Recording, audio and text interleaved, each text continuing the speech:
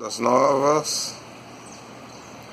Hoje é segunda-feira, 27 de fevereiro.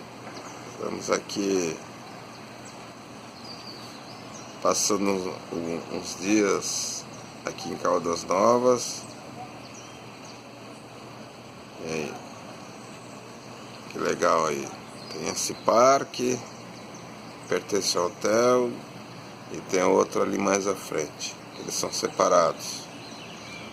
Mas você pode ir de graça lá, ficar o tempo que você quiser, não paga nada. É isso aí. Olha como é que tá o dia de hoje.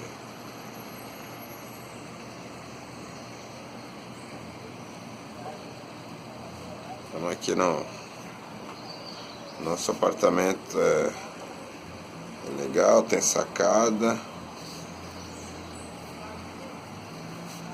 Aqui é uma parte da entrada principal ali. Vamos ver, vamos aproveitar o dia de hoje. Que eles falam que sempre no finalzinho da tarde chove. Vamos ver a nossa programação de hoje.